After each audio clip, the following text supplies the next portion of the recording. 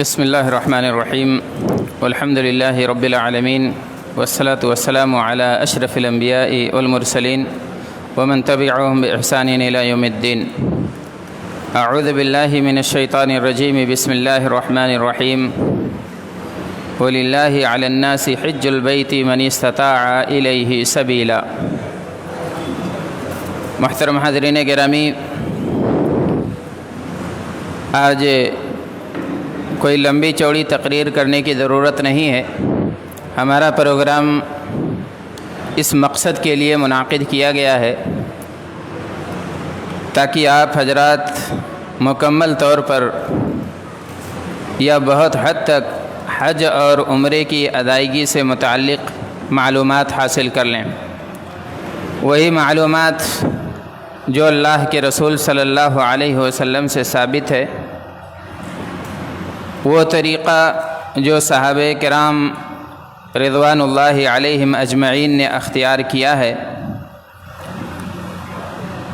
لہذا آج کے اس ابتدائی خطاب میں ہم آپ کو نہایت اختصار کے ساتھ حج اور عمرے سے متعلق کچھ باتیں بیان کریں گے، اور اس کے بعد پروجیکٹر کی مدد سے آج کے دن عمرے کا طریقہ بتایا جائے گا. کچھ ایپس وغیرہ بھی ایسے ہیں جو ہماری مدد کریں گے، ان کے بارے میں بھی تھوڑی رہنمائی کی جائے گی، اور انشاءاللہ کل والے درس میں حج سے متعلق مکمل تفصیل پیش کی جائے گی.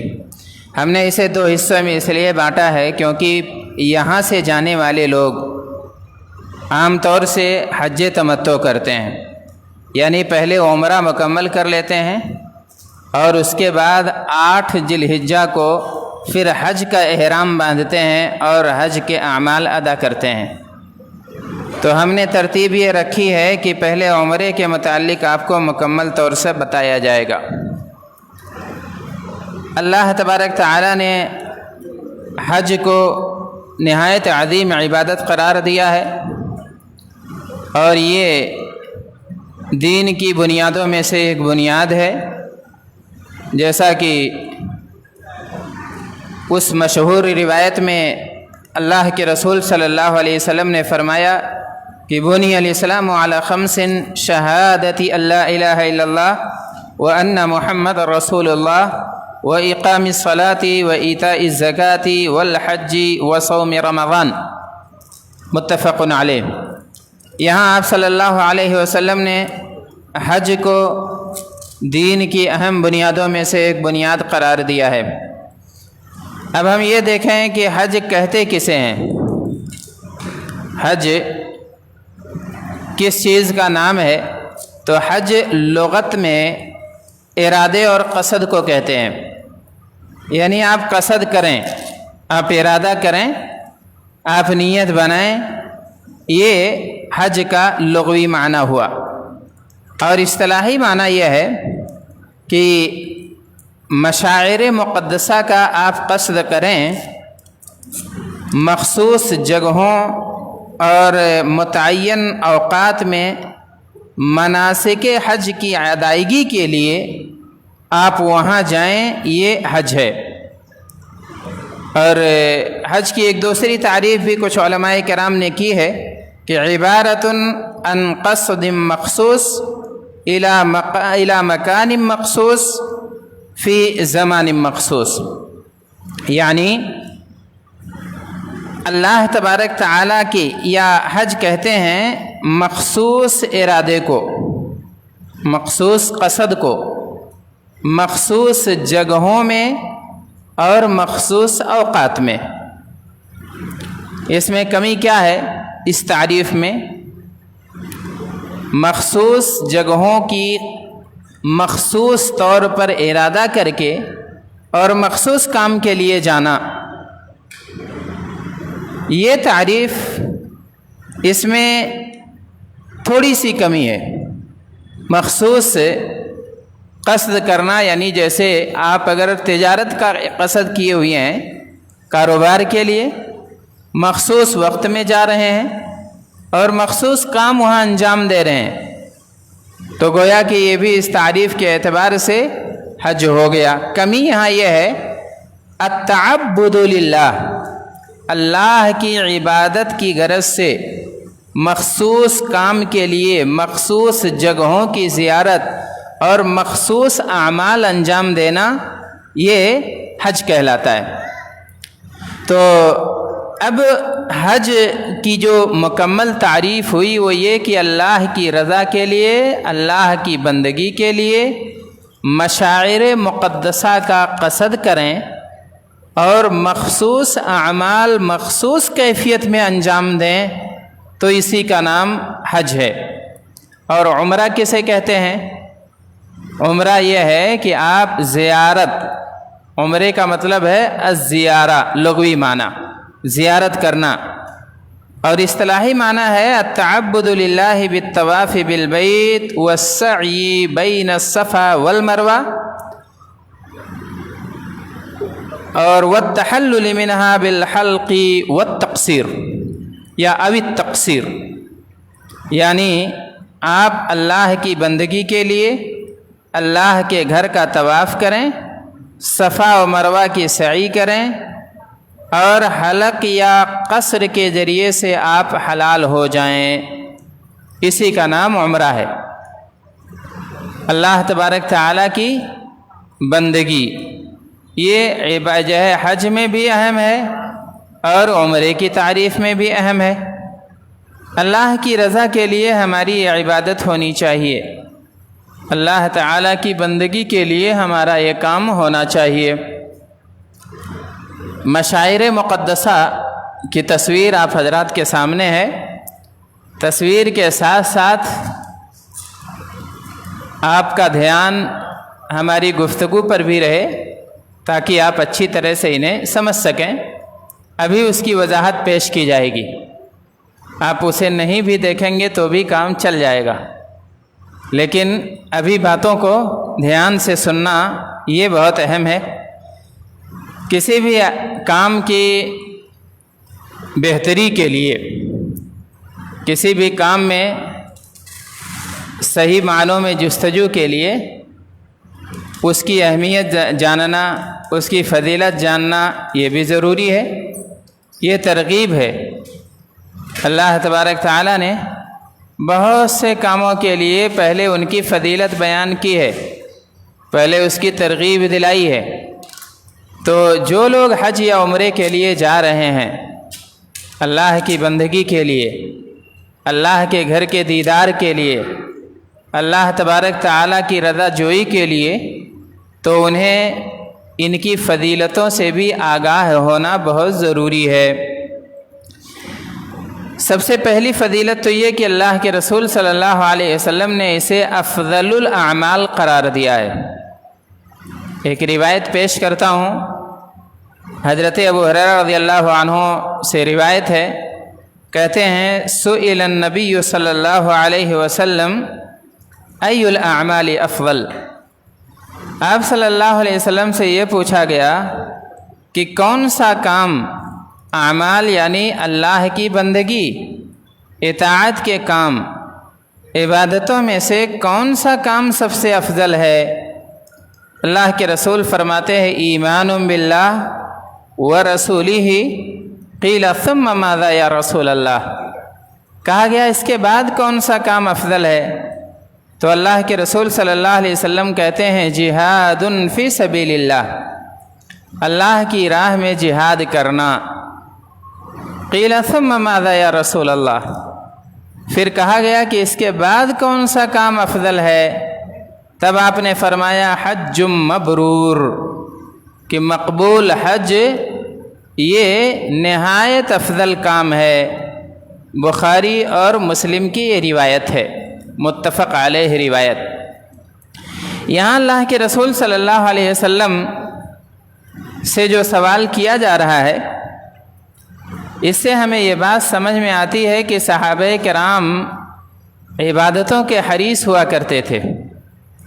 وہ جاننا چاہتے تھے کہ کون سی عبادت زیادہ بہتر ہے، کون سی عبادت کے ذریعے سے اللہ کی رضا ممکن ہے، اس لیے پوچھا کرتے تھے۔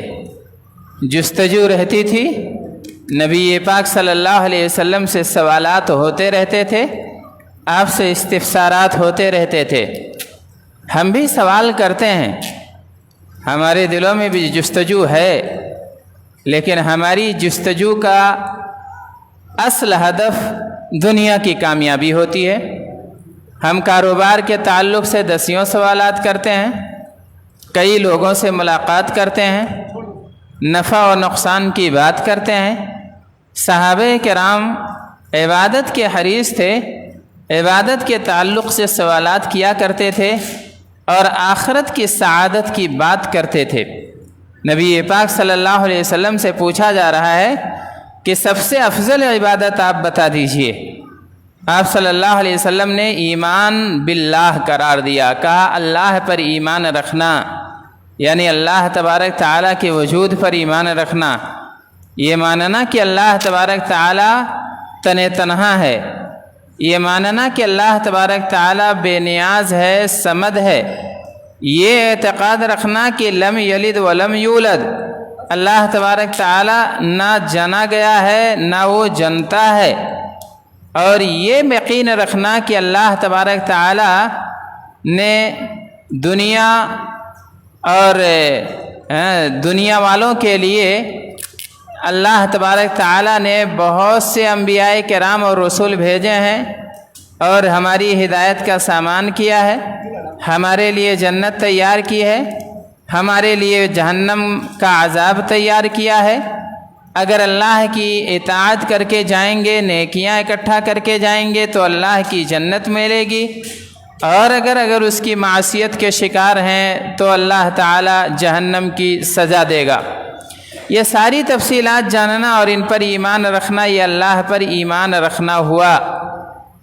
اور اس کے بعد رسول اللہ صلی اللہ علیہ وسلم پر ایمان، آپ صلی اللہ علیہ وسلم کے سچے ہونے پر ایمان، اللہ کے رسول صلی اللہ علیہ وسلم نے جو کچھ خبر دی ہے اس کی تصدیق کرنا، اور جن کا مطالبہ کیا ہے، جن سے روکا ہے ان سے رک جانا، جن کا حکم دیا ہے انہیں انجام دینا، یہ ماننا کہ آپ صلی اللہ علیہ وسلم آخری رسول ہیں، آپ کے بعد کوئی نبی اور کوئی رسول آنے والا نہیں ہے، آپ خاتم الانبیاء ہیں، اس پر ایمان رکھنا ضروری ہے، اسی لیے اسے افضل اعمال قرار دیا۔ اس کے بغیر نہ ہمارا حج قبول ہوگا، نہ ہمارے روزے قبول ہوں گے، نہ ہماری نماز قبول ہوگی، نہ ہماری قربانیاں کام آئیں گی۔ لہذا یہ بہت افضل عبادت ہے اور بہت اہم شرط ہے عبادتوں کی قبولیت کے لیے، اسی لیے نبی پاک صلی اللہ علیہ وسلم نے اسے پہلے درجے پر رکھا ہے۔ پھر آپ سے کہا گیا اچھا اس کے بعد کون سا افضل کام ہے؟ تب آپ نے فرمایا جہاد فی سبیل اللہ، اللہ کی راہ میں جہاد کرنا یہ آسان کام نہیں ہے۔ اپنی ہتھیلی پہ جان رکھ کے اللہ کے کلمے کی سربلندی کے لیے نکلنا، اپنا مال لٹا دینا، اپنی جان خرچ کر دینا، اپنا خون بہا دینا چھوٹی عبادت نہیں ہے، یہ بہت بڑی عبادت ہے۔ لہذا رسول اللہ صلی اللہ علیہ وسلم نے اس کا تذکرہ فرمایا۔ پھر جب تیسری دفعہ پوچھا گیا اس کے بعد کون سا عمل ہے، تب ان بڑی بڑی عبادتوں کے ساتھ آپ صلی اللہ علیہ وسلم نے حج کا ذکر فرمایا اور کہا حج مبرور، کہ یہ مقبول حج یا خالص حج یا ایسا حج جس میں کوئی برائی اور کوئی گناہ نہ ہو تو اس کا درجہ آتا ہے۔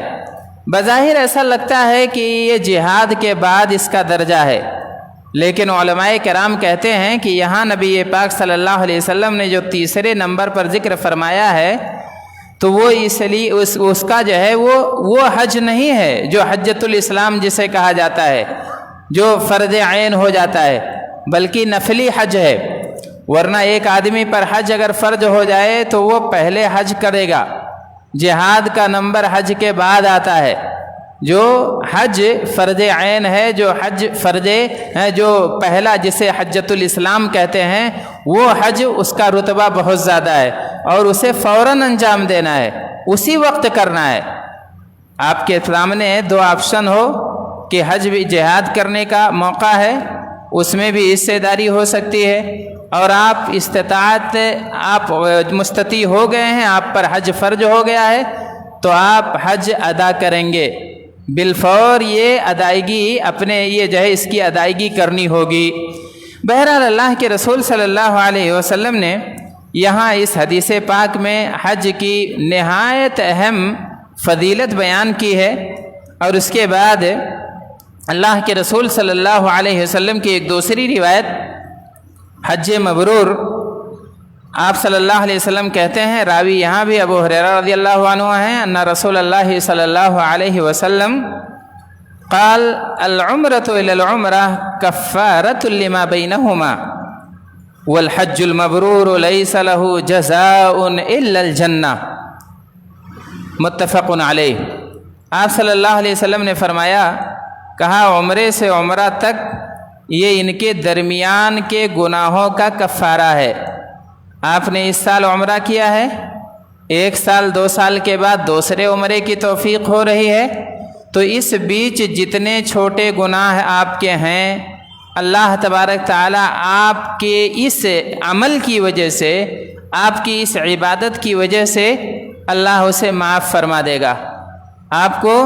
آپ نے نہ اللہ سے التجا کی ہے، نہ آپ اللہ کے دربار میں حاضر ہو کر اشک بہائے ہیں، نہ آپ نے معافی کی درخواست کی ہے، کچھ نہیں ہوا، لیکن آپ نے ایک عمرے کے بعد دوسرا عمرہ کیا، تو ان دونوں کے درمیان جو چھوٹے گناہ ہیں اللہ تبارک تعالیٰ انہیں معاف فرما دیتا ہے۔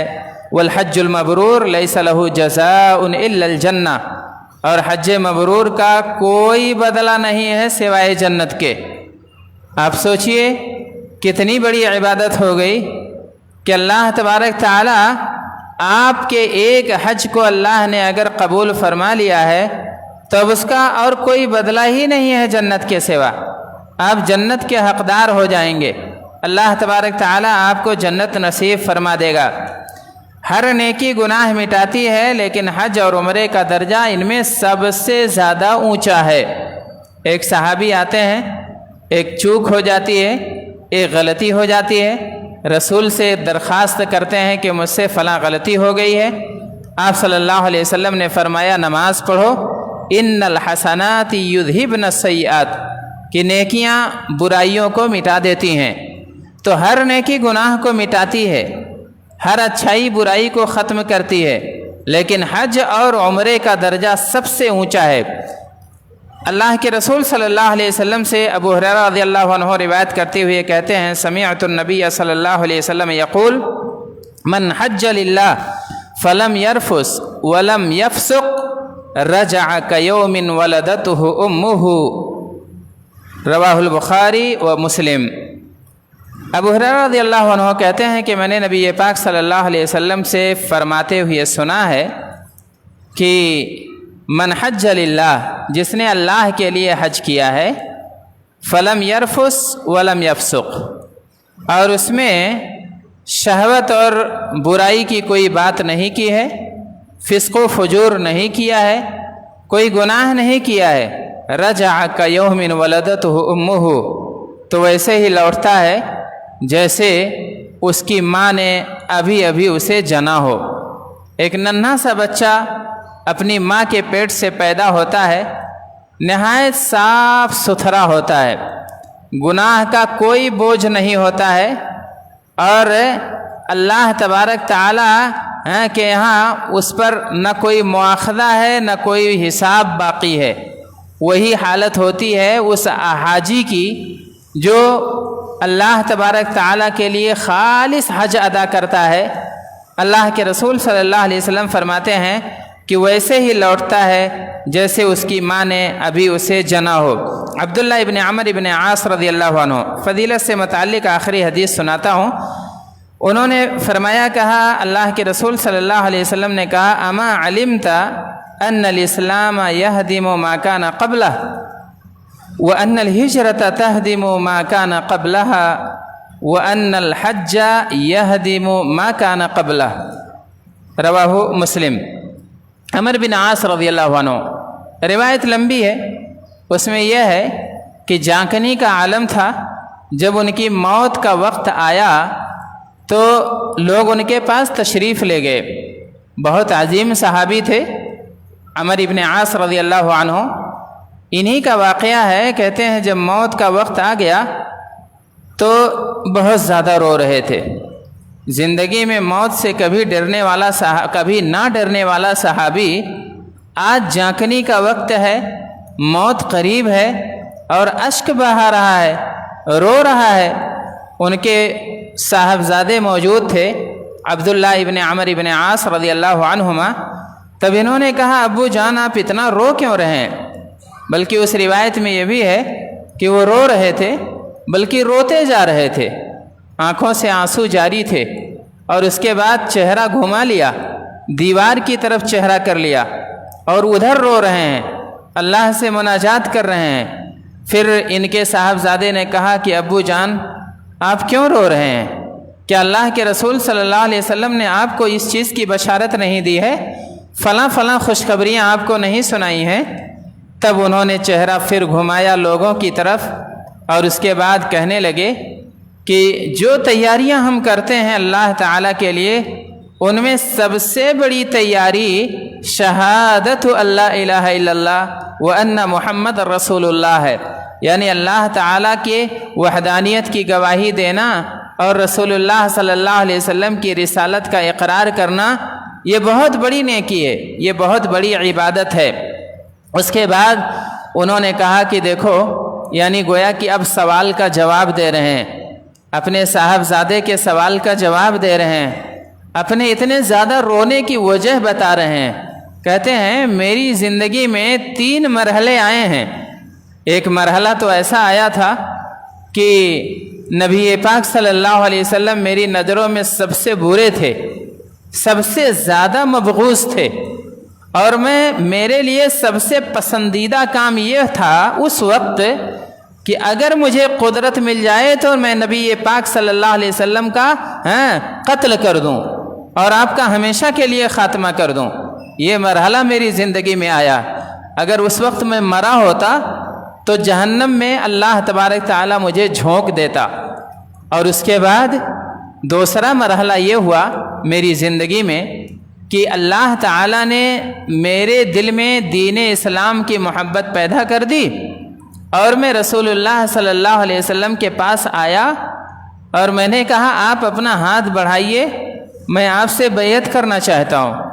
اب میں آپ کے ہاتھ پہ ہاتھ دینا چاہتا ہوں اور میں آپ کا دین قبول کرنا چاہتا ہوں.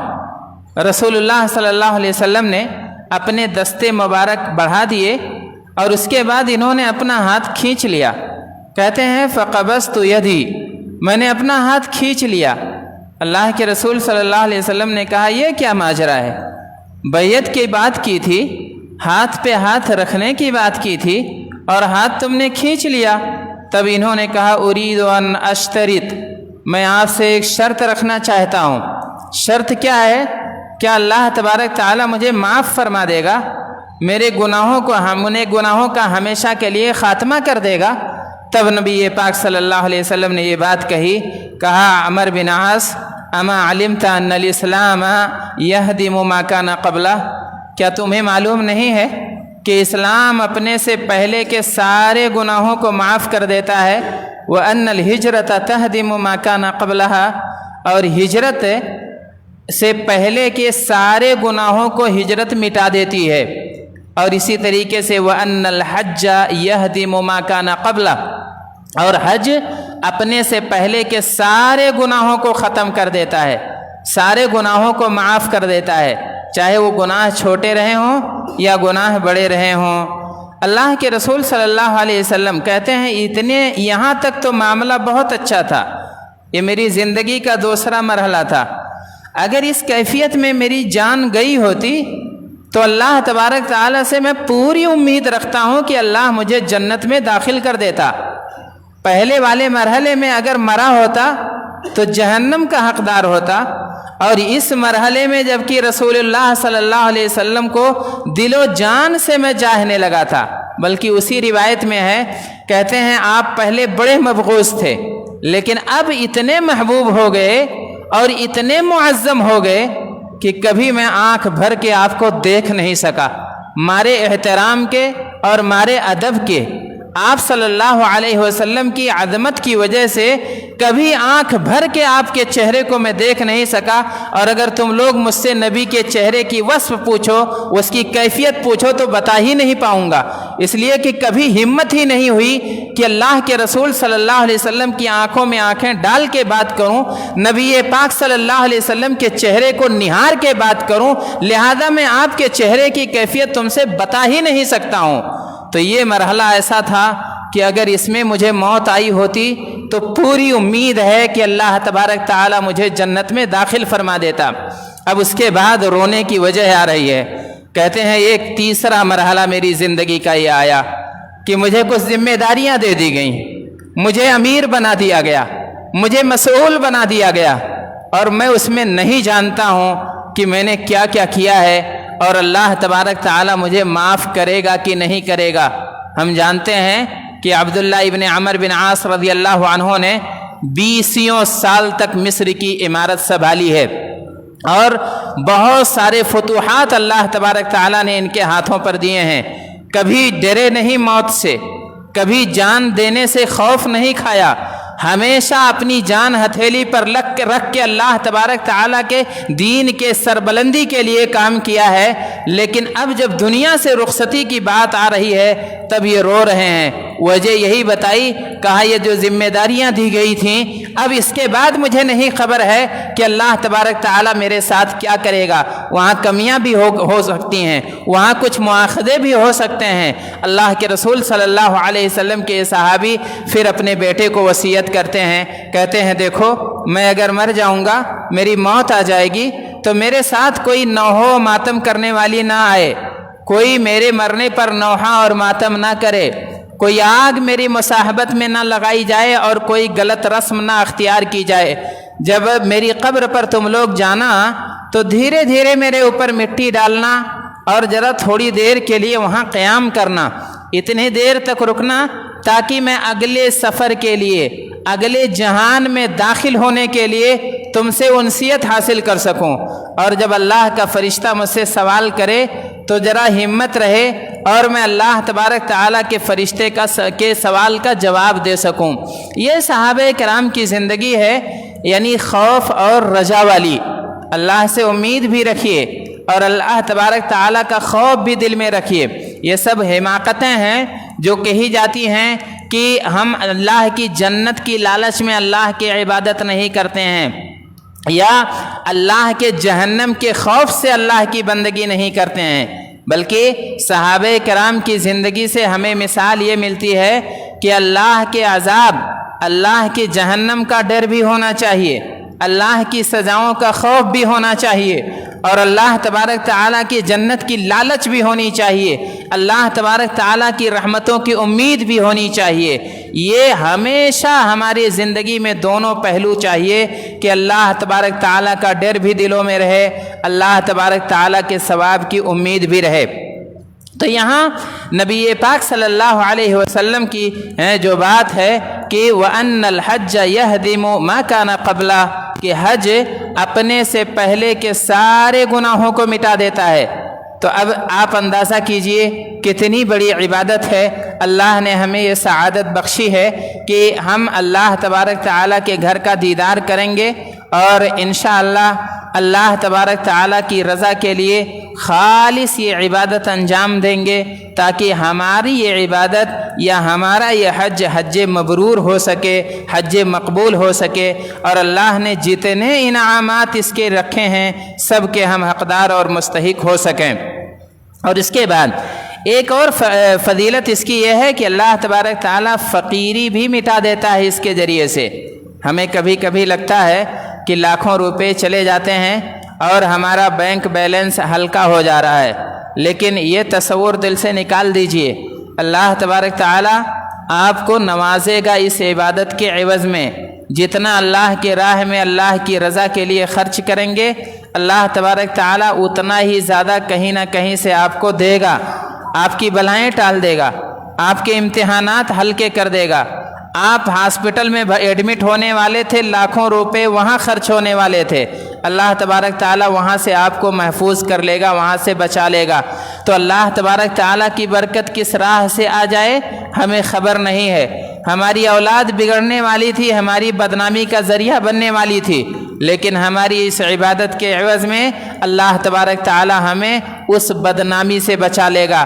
تو اللہ کے رسول صلی اللہ علیہ وسلم فرماتے ہیں، کہتے ہیں تابعوا بین الحج والعمرہ، کہ حج اور عمرہ استطاعت ہو تو بار بار کیا کرو، فإنہما ینفیان الفقر والذنوب، اس لیے کہ یہ دونوں غریبی کو اور گناہوں کو ویسے ہی مٹا دیتے ہیں کما ینفی الکیر خبث الحدید والذہب والفضہ، جیسے کہ بھٹی یہ لوہے کی زنگ اور اس کی گندگی کو جلا کے ختم کر دیتی ہے، اور ایسے سونے اور چاندی کے زنگ کو، اس کی گندگیوں کو ختم کرتی ہے، اسی طرح سے یہ عبادت بھی گناہوں کو مٹا دیتی ہے، فقیری کا خاتمہ کر دیتی ہے۔ تو یہ اہم چیز یا اہم نکتے تھے جس کو ہمیں اپنے دل و دماغ میں بیٹھانے کی ضرورت ہے۔ اب حج کے جو ارکان ہیں وہ بھی سن لیں مختصراً۔ ارکان کا مطلب یہ ہے کہ اس کے بغیر وہ عبادت ہوگی ہی نہیں۔ میں کرسی پہ بیٹھا ہوں، اس کے 4 ارکان ہیں، اگر ایک رکن ہٹا دیں تو یہ کرسی صحیح سلامت نہیں رہے گی، گر جائے گی۔ آپ کی عبادت ارکان پر ٹکی ہوئی ہے، ان ارکان کو اچھی طرح سے ذہن میں محفوظ رکھیں اور انہیں انجام دینے کی کوشش کریں۔ رکن کے بغیر آپ کا حج ادا ہی نہیں ہوگا، لہذا آپ رکن کو پہچان لیجئے تاکہ یہ نہ چھوٹنے پائے۔ سب سے پہلی چیز ہے احرام۔ یہ آپ احرام کا مطلب بہت سارے لوگ کپڑا پہننا سمجھتے ہیں، احرام یہاں رکھا ہوا ہے، انشاءاللہ ابھی ہم پہن کے بھی بتائیں گے۔ تو یہ احرام نہیں ہے۔ احرام کا مطلب یہ ہوتا ہے کپڑا پہننا الگ ہے، اور حج یا عمرے کی نیت کرنا میقات پہ پہنچ کر، یہ احرام ہے۔ تو آپ سنتے رہتے ہیں کہ ہر عبادت کی بنیاد نیتوں پر ہے، تو یہ پہلا رکن ہے کہ آپ میقات پہ جا کے حج یا عمرے کی نیت کریں۔ اور اس کے بعد دوسرا رکن ہے عرفہ میں قیام کرنا، عرفہ میں ٹھہرنا۔ عرفہ میں جو ٹھہرتے ہیں میدان عرفات میں، تو وہاں جو ہے آپ منی سے فجر کی نماز پڑھ کے صبح نکل جائیں اور غروب آفتاب تک وہاں قیام کرنا رہتا ہے۔ تو یہ رکن ہے۔ اس میں لاپرواہی ایسے ہوتی ہے کہ بہت سے لوگ نہیں جانتے ہیں کہ وقوف عرفہ یہ رکن ہے، تو ادھر ادھر ٹہلنے نکل جاتے ہیں، یا پہنچتے ہیں، عبادت کا جوش اتنا ہوتا ہے کہ خانہ کعبہ کا طواف کر کر کے مقام یا مسجد عائشہ تنعیم میں جا کے اتنے عمرے کرتے ہیں کہ وہ بیمار ہو جاتے ہیں، اور وقوف عرفہ سے پہلے پتہ چلتا ہے وہ ہاسپٹل میں ایڈمٹ ہیں۔ تو ایسی غلطی نہیں ہونی چاہیے۔ آپ جائیے، اپنا عمرہ ادا کیجئے، اور اس کے بعد اس اہم رکن کی ادائیگی کے لیے اپنے آپ کو تیار رکھیے۔ بہت سے لوگ ایسے بھی ہوتے ہیں جو 8 تاریخ کو بھٹکتے ہیں اور 10 اور 11 تاریخ کو اپنی منزل پہ پہنچتے ہیں۔ اس لیے عموماً ہم لوگ وہاں جب حج وغیرہ کرتے تھے تو جو ہے ایک حج عرفہ سے پہلے ایک دن پہلے اس بات پر ضرور توجہ دیتے تھے کہ کوئی بھولا بھٹکا ادھر ادھر بہکا ہوا تو نہیں ہے، اس لیے کہ ابھی نہایت عظیم رکن باقی ہے، اور کچھ لوگ بھٹک جاتے ہیں اور اس کے بعد 9ویں تاریخ کے بعد وہ اپنی منزل پہ پہنچتے ہیں، تو ظاہر ہے ان کا یہ رکن ادا نہیں ہوگا۔ تو یہ بہت اہم رکن ہے وقوف عرفہ۔ اور اس کے بعد تیسرا کام ہے طواف افاضہ، طواف زیارت بھی جسے کہا جاتا ہے، طواف کرنا۔ اور چوتھا رکن ہے صفا و مروہ کی سعی کرنا۔ یہ 4 ارکان ہیں، انہیں کبھی مت بھولیے۔ میقات پہ پہنچ کر آپ نیت کریں گے، اور عموماً ہم میقات پہ جب گزرتے ہیں تو فضا سے گزرتے ہیں، فلائٹ سے، تو اسی لیے آپ گھر ہی سے یا بامبے میں پہنچ کر ایئرپورٹ پر وہاں احرام پہننے کا موقع رہتا ہے، آپ وہاں احرام پہن لیجئے۔ بہتر یہ ہے کہ اگر وہاں کوئی رشتہ دار ہے تو اسی کے گھر پہن لیں، اور جو آپ اپنے نارمل لباس وغیرہ ہے اس کو ادھر ادھر رکھنے کا مسئلہ نہیں آئے گا، اور احرام کے ساتھ جائیے۔ ابھی آپ پر نہ احرام کی پابندی شروع ہوئی ہے، نہ آپ ابھی محرم ہوئے ہیں۔ کپڑا پہن لینے سے کوئی محرم نہیں ہو جاتا، بلکہ احرام کی پابندی کب شروع ہوگی؟ جب آپ میقات کی برابری پہ پہنچیں گے اور وہاں آپ نیت کریں گے۔ اگر عمرہ کرنا ہے، عام طور سے عمرہ ہی پہلے ہوتا ہے، تو اللہم لبیک عمرتن کہیں گے۔ اب آپ نے نیت کر لی ہے، میقات کے برابری پہ فضا ہی میں وہاں اطلاع دی جاتی ہے، وہاں اعلان کیا جاتا ہے کہ اب ہم میقات کے برابری پہ آ چکے ہیں، لہذا وہاں نیت کر لیتے ہیں۔ اب آپ پر احرام کی پابندی بھی شروع ہو جاتی ہے۔ تو یہ جو ہے احرام ہے یا احرام کی نیت ہے۔ اب اس کے بعد حج کے جو واجبات ہیں، واجبات کے تعلق سے اچھا میں بتا چکا نا، احرام ہے پہلا، عرفہ میں قیام ہے، اور اس کے بعد طواف زیارت ہے یا طواف افاضہ ہے، اور سعی بین الصفا والمروہ ہے۔ یہ 4 کام ہیں۔ تو طواف اور سعی یہ مکے میں ہوگی، اور آپ کی نیت یا احرام یہ میقات پہ، اور عرفہ میں قیام یہ مقام عرفہ میں ہوگا۔ تو یہ 4 کام ہیں، ان کا ادا کرنا انتہائی ضروری ہے، انہیں کیے بغیر آپ کا حج نہیں ہوگا۔ اب اس کے بعد واجبات ہیں۔ واجبات میں معاملہ یہ ہے کہ اگر یہ واجبات میں سے کوئی واجب چھوٹ جاتا ہے یا کوئی واجب آپ چھوڑ دے رہے ہیں، چھوٹنے اور چھوڑنے میں فرق ہے، تو ایسی صورت میں آپ کا حج تو ادا ہو جائے گا لیکن فدیہ دینا پڑے گا، تو فدیے سے کام چل جائے گا۔ تو اس کا مطلب یہ ہے کہ یہ ذرا اخف ہے۔ پھر بھی واجبات دیکھتے ہیں۔ میقات سے احرام باندھنا، اگر کوئی آدمی میقات سے گزر گیا اور نیت نہیں کیا، احرام یعنی نیت نہیں کیا ہے، تو پھر گویا کہ اس نے ایک واجب چھوڑا ہے۔ مکہ پہنچ گیا یا مدینہ پہنچ گیا، جدہ پہنچ گیا، میقات سے گزر گیا، تو ایک واجب چھوڑنے کی وجہ سے فدیہ دینے سے کام چل جائے گا۔ ابھی فدیہ کی بھی وضاحت آئے گی۔ دوسرا واجب ہے عرفہ میں غروب آفتاب تک ٹھہرنا۔ یعنی آپ فجر کی نماز پڑھ کے صبح سے گئے ہیں اور غروب آفتاب تک وہاں ٹھہرے رہیں گے۔ اگر غروب آفتاب تک ٹھہر رہے ہیں تو گویا کہ آپ نے مکمل طور پر واجب بھی ادا کر دیا ہے۔ اچھا، غروب آفتاب تک ٹھہرنے کا مطلب یہ ہوا کہ سورج ڈوب جائے گا، مغرب کا وقت ہو جائے گا، لیکن ابھی آپ مغرب وہاں نہیں پڑھیں گے۔ البتہ مغرب سے پہلے نکلیں گے نہیں، ویسے نکل بھی نہیں سکتے ہیں، وہاں حکومت کی جانب سے وہ بیریکیٹر لگا ہوتا ہے، آپ جا بھی نہیں سکتے ہیں۔ لیکن اگر کوئی ادھر ادھر، خاص طور سے مالیگاؤں والے دیکھتے ہیں رکشہ وکشہ کہاں سے گزار دیتے ہیں، تو ہم لوگ جو ہے زیادہ ہوشیار ہیں، تو کہیں ادھر ادھر سے اگر گزرنے کا موقع مل گیا تو آپ یہ کام مت کیجئے گا، ورنہ آپ کے اوپر فدیہ ضروری ہو جائے گا، فدیہ واجب ہو جائے گا۔ تو مغرب کا وقت ہوگا، آپ جب سورج ڈوب جائے گا تب وہاں سے نکلنا ہے اور مزدلفہ کے لیے روانگی ہوگی۔ تیسرا واجب ہے مزدلفہ میں رات گزارنا، اسے مبیت مزدلفہ کہتے ہیں۔ وہاں مغرب آپ نے پڑھی نہیں ہے، عرفہ سے نکلے ہیں اور مزدلفہ پہنچتے پہنچتے عموماً بھیڑ کی وجہ سے عشاء کا وقت یا اس کے بعد بھی بہت سارے لوگ 12 بجے 1 بجے تک پہنچتے ہیں۔ تو آپ جب بھی وہاں پہنچیے تو آپ مغرب اور عشاء دونوں نمازیں ایک ساتھ ادا کریں گے، اور اس کے بعد وہاں آرام کریں گے، رات بھر کھانا پانی کھا کے وہاں لیٹیں گے۔ تو یہ مبیت مزدلفہ کہلاتا ہے۔ تیسرا یا چوتھا واجب ہے مینا میں ایام تشریق کی راتیں گزارنا۔ واپس آ جائیں گے مینا میں 10 تاریخ کے بعد، اور وہاں 3 راتیں آپ گزاریں گے۔ ایسے ہی جمرات کو کنکری مارنا۔